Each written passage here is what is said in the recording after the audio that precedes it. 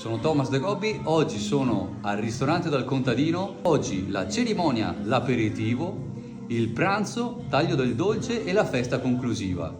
Un grandissimo evento in grande stile. Guardate cosa abbiamo fatto. I'm unstoppable. I'm a force with no break.